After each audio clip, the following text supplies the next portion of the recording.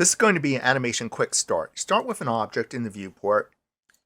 It doesn't have to be an object, but we're starting with an object. You can animate so many different parameters within a 3D application. Press the S key in the timeline. This is your timeline. If you don't see your timeline, go under Window, Setting Preferences, Preferences, UI Elements, Time Slider, and Range Slider. Those are parts of your timeline. Move somewhere else in time. Move the object.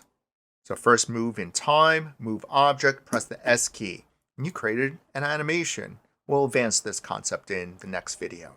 To remove a key, which is what was created just now by pressing the S key, you can highlight this region by holding down the Shift key and just dragging a region right around that key. Right click, delete. Don't press the delete on the keyboard. If you do that, your object disappears.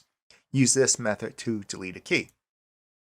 There's also the concept of auto keyframes right here. You click that, and as you move your object, move in time, those keys are automatically recorded.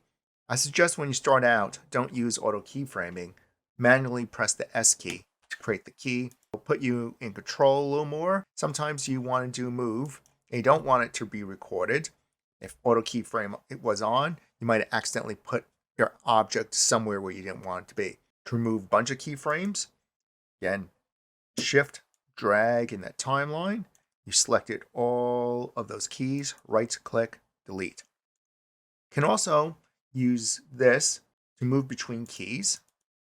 So in this control area, click the icon with the arrow with the key on it to move forward and backwards, and it'll loop when you hit the other end.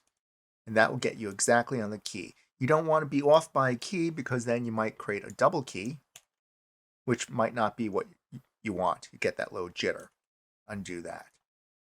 Use the keyframe toggles to go in between keys. And then modify the position. If you want this to start over here,